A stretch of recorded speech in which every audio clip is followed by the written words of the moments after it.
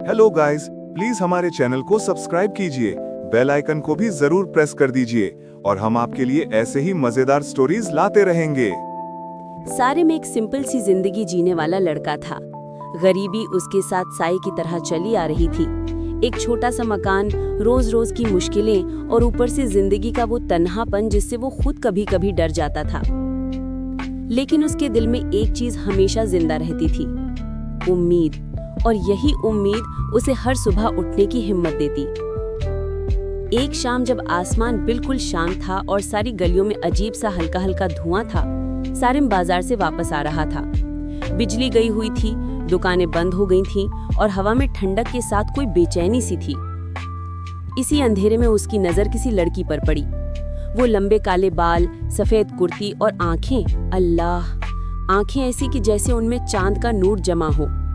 पर उसके चेहरे में कुछ था, कुछ अलौकिक, कुछ अजनबी, पर फिर भी बेइंतहा हसीन। वो रात तेरी जिंदगी बदलने वाली थी सारिम, पर तुझे खुद नहीं पता था। लड़की ने उसकी तरफ देखा, एक ऐसा देखना जिससे दिल का सारा बोझ हल्का हो जाए। उसकी आवाज हल्की सी थी, तुम यहाँ अकेले क्यों जा रहे हो? सारिम रुक गया। घर जा रहा हूँ। तुम्हारा घर किधर है? लड़की ये हल्की सी मुस्कुराहट दी, मैं यहीं आसपास ही रहती हूँ। अजीब बात ये थी कि सारिम ने उससे पहले कभी यहाँ नहीं देखा, लेकिन उस वक्त उसकी खूबसूरती ने, उसकी आवाज ने उसके लिए वक्त रोक दिया। उस रात उनका पहला मिलना सिर्फ एक मिलना नहीं था, वो किस्मत का पहला इशारा था। मोहब्बत का बेपनाह सफर शुरू। अगले कुछ दिनों में वो लड़की बार बार उससे वहीं मिलने लगी, कभी सड़क पर, कभी छत पर, कभी उस पुराने बरगद के पेड़ के नीचे। और हर बार एक ही चीज होती, अयालीन उससे पहले से ज्यादा खूबसूरत लगती थी। पर एक अजीब बात, वो कभी धूप में नहीं दिखती थी, कभी भीड़ में नहीं आती थी, कभी फोन नहीं रखती थी, कभी अपने घर का एड्रेस नहीं बताती थी। जब सारिम पूछता, अयालीन तुम्हारे घर वाले? वो सिर्फ मुस्कुरा देती, मैं अकेली हूँ, पर तुम हो ना। ये लफ्ज सारिम के दिल को ऐसे छू गए जैसे किसी ने उसके जख्मों पर मरहम रख दिया हो। उनका प्यार तेजी से बढ़ता गया, बेपनाह, बेहद, बेइंतहा। वो प्यार जो इंसान को बदल देता है। पर अयालीन के पास कुछ राज थे, बहुत सारे। कभी कभी उसके आसपास ठंडी हवा चलती, कभी उसकी आंखें एक पल के लिए बिल्कुल सुनहरी हो जाती, कभी उसकी चाल इंसानों जैसी नहीं लगती थी। सारिम सोचता, शायद मेरा वहम हो, मैं ही पागल हो रहा हूँ, क्योंकि जब अयालीन उसका हाथ पकड़ती, सारी दुनिया ठहर जाती। एक शाम अयालीन ने कहा, सारिम कल रात को 12 बजे बरगद के पेड़ के पास आना, मैं तुम्हें कुछ बताना चाहती हूँ। सारिम ने उसकी आंखों में घबराहट देखी थी। सब ठीक है ना? वो बस कह पाई, बस आ जाना, वरना सब खत्म हो जाएगा। रात को 12 बजे सारिम पेड़ के पास गया, पर अयालीन नहीं आई।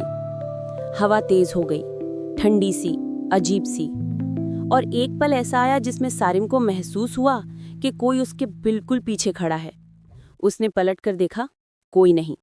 लेकिन एक लम्हा, एक माइक्रो सेकंड के लिए उसने अयालीन का साया देखा, बिल्कुल पेड़ के ऊपर, जैसे कोई हवा में खड़ी हो। पर जैसे ही उसने दोबारा देखा, साया गायब। अगली सुबह अयालीन एकदम सामने खड़ी थी। मैं वहां थी तो मुझे देख नहीं पाए। सारिम हैरान, तुम पेड़ के ऊपर थी? अयालीन रुक गई, उसकी जुबान फिसल गई थी। मेरा मतलब, मैं कभी कभी अजीब जगहों पर चली जाती हूँ। पर उसकी आंखें झूठ नहीं कह पा रही थी। अब अयालीन सारिम से चिपक कर चलती, उसका हाथ कभी नहीं छोड़ती, जैसे वो डर रही हो किसी चीज से, किसी कुव्वत से, किसी सच से। एक रात अयालीन ने उसे अपनी माँ के लिए दुआ करते देखा, पर उसकी दुआ किसी इंसान की तरह नहीं थी। वो आंखें बंद करके कुछ अजीब जुबान में बोल रही थी, ऐसे लफ्ज जो इस दुनिया के नहीं लगते थे। सारिम डर गया। अयालीन, तुम ये क्या बोल रही हो? वो तुरंत रुक गई। तुमने सुना? नहीं, तुम नहीं समझोगे। सारिम ने उसका हाथ पकड़ लिया। मैं हर चीज समझूंगा, मुझे बताओ। अयालीन की आंखों में आंसू आ गए, पर वो अभी भी सच बताने को तैयार नहीं थी। एक रात जब चांद बिल्कुल लहू जैसा लाल था, अयालीन सारिम के घर के बाहर आई। सारिम, आज मैं तुमसे झूठ नहीं बोल सकती। वो रो रही थी। क्या हुआ? बोलती क्यों नहीं?